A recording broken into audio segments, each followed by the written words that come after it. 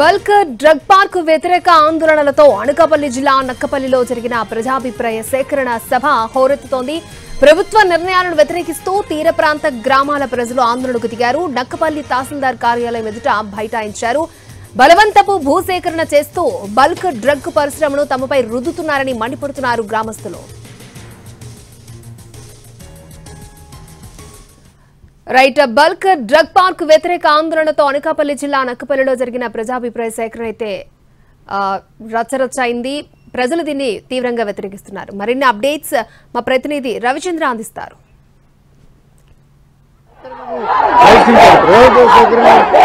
గమనం ముగిసిన తర్వాత ఇదంతా కూడా నక్కపల్లి తహసీల్దార్ కార్యాలయం ఎదుట బైఠాయించారు.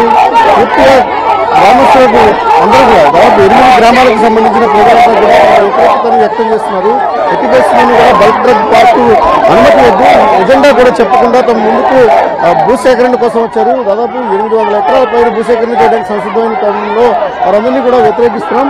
ఎట్టి పరిస్థితులను కూడా మాకు బల్క్ డ్రగ్ పార్క్ వద్దనేది ప్రధానమైన డిమాండ్ గా ఉంది. ప్రస్తుతం 8 గ్రామాలకు సంబంధించిన ప్రజలంతా కూడా రోడ్డు మీద బైఠాయించి ఆందోళన చేస్తున్నారు.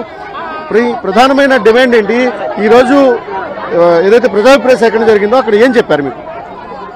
ప్రజాభిప్రాయ సేకరణలో 30,000 ఉద్యోగాలు వస్తాయి అని చెప్పారండి. పర్యావరణానికి హాని కలగదు అని చెప్పారు. అయితే 30,000 మంది ఉద్యోగాలు వస్తాయంటున్నారు. కానీ ఇది రసాయన కంపెనీల్లో ఉద్యోగాలు అయితే మాకు అవసరం లేదు సార్. ఎందుకంటే రసాయన కంపెనీలో పనిచేసి ప్రాణాలకి హాని కలిగించుకునే కంపెనీలు ఏమీ మాకొద్దు. అందులో పనిచేసి స్టాఫే కాదండి, చుట్టుపక్కల గ్రామాలన్నీ కలుషితం అయిపోతున్నాయి. అలాంటప్పుడు మాకు అసలు బల్క్ డ్రగ్ అనేదే మాకు వద్దు సార్. మా చుట్టుపక్కల పరిసర ప్రాంతాలు చాలా ఉన్నాయి. అసలు యాక్చువల్ గా ఎస్రావర్ మండలం అంటే గ్రీన్ గా ఇచ్చారు ఇంతకు ముందు.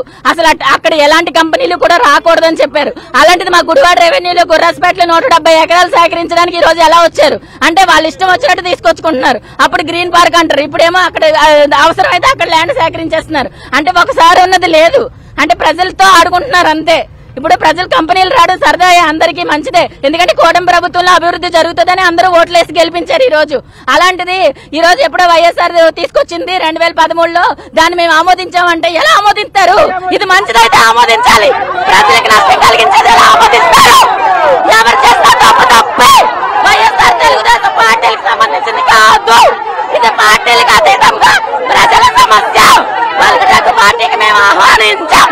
ఇది ప్రజల సమస్య, ఇది రాజకీయం కాదు. ఈ రోజు ప్రజాభిప్రాయ సేకరణలో అధికారులకు మీరు ఏ అంశాన్ని ప్రధానంగా చెప్పారు?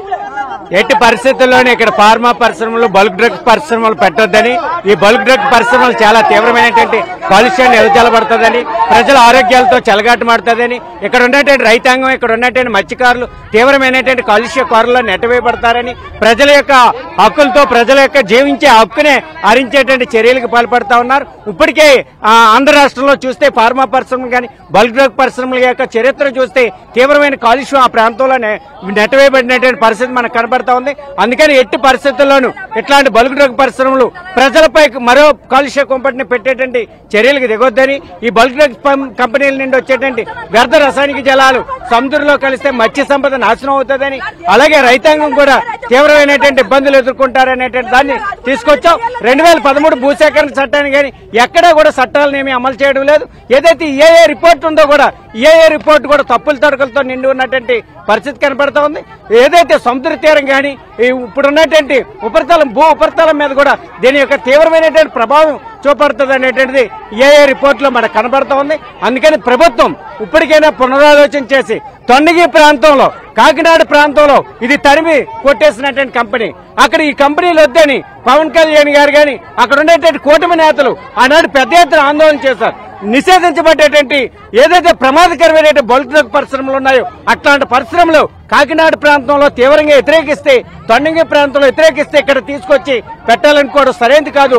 అక్కడ ఉండేటువంటి ప్రజలు ఇక్కడ ఉన్నటువంటి వాళ్ళు ప్రజలు కాదా అని ఈ ప్రభుత్వాన్ని మనం అడుగుతా ఉన్నాం. ప్రధానంగా గ్రామాలకు సంబంధించి తీర్మానాలు అయితే జరిగాయి. బల్క్ డ్రగ్ పార్కును వ్యతిరేకిస్తున్నట్టుగా ఇప్పటికే తీర్మానాలు చేశారు. సరే, ఈ రోజు ఎన్ని ఎకరాల భూములు అవసరం అవుతాయని చెప్తున్నారు? ఎజెండా ఏమని మీకు ముందుకు తీసుకొచ్చారు? మాకు ఇంతకు ముందు 2,000 ఎకరాలు భూసేకరణ చేసుకున్నాలో అప్పుడు మాకు ఈ కంపెనీ పెడతానని చెప్పలేదు. ఫిషర్మెన్లకి మా కంపెనీ పెడతామన్నది భూసారులు అప్పుడు వ్యతిరేకించాం. మా భూములు ఇవ్వమని. ఇప్పుడు మాకి ఏమి తెలియకంట రోడ్లు వేసేసి పిసర్ మిల్ పొట్ల కొడుతున్నారు. ఈ బల్క్ ట్రక్ కంపెనీకి మా ఎదురకమని పిసర్ మిల్ గ్రామాలందరూ కూడా చెప్పాం. ఇప్పుడు కూడా అక్కడ అదే ఉంటున్నాం. మా ప్రజలు చంపేందుకు ఇబ్బంది కాదు. 2019లోనే టీడీపీ గవర్నమెంట్ తీసుకుంది. అక్కడ 2019లో మళ్ళీ ఇప్పుడు కూడా టీడీపీ గవర్నమెంట్ తీసుకుంది. అప్పుడు కూడా అప్పుడే అదే సహకరించింది. ఇప్పుడు బల్క్ ట్రక్ కంపెనీకి మాకు వ్యతిరేకమే, ప్రజలలో వ్యతిరేకమే. ఇదే మాకు అక్షరాలు. బల్క్ ట్రక్ పరిశ్రమ వల్ల తమకు ఎదురయ్యే సమస్యలను ఇక్కడ స్థానికులు వ్యతిరేకిస్తున్నారు. దాని కారణంగానే తమ వ్యతిరేకతను చెప్తున్నాను. భూమి సేకరణ చేయలేదు, వేరే కంపెనీలు వస్తాయని చెప్పారు. ఇప్పుడు నష్టం కలిగించే కంపెనీలు తీసుకొస్తున్నారు. దీనికి ప్రజలు వ్యతిరేకం. పర్యావరణం లేదు, పర్యావరణం నష్టపోతుంది, ప్రజల ఆరోగ్యాలు నష్టపోతున్నారు. ఇలాంటి కంపెనీలు వద్దనే ప్రజల డిమాండ్. బల్క్ ట్రక్ వద్దు. ప్రధానమైన అభ్యంతరాలు రెండు ఉన్నాయి. ఒకటి బల్క్ ట్రక్ పరిశ్రమ వల్ల తమ ప్రాంతం పూర్తిగా నష్టపోతుంది అనేది ఒకటి ప్రధానమైనది అయితే, రెండవది